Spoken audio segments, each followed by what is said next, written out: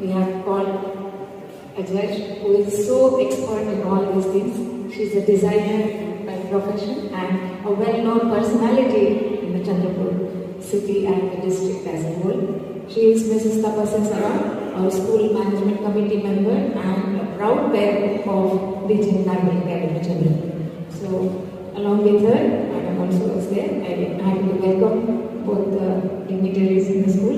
May I request Father Principal, Reverend Father Jason, to welcome ma'am with the floral.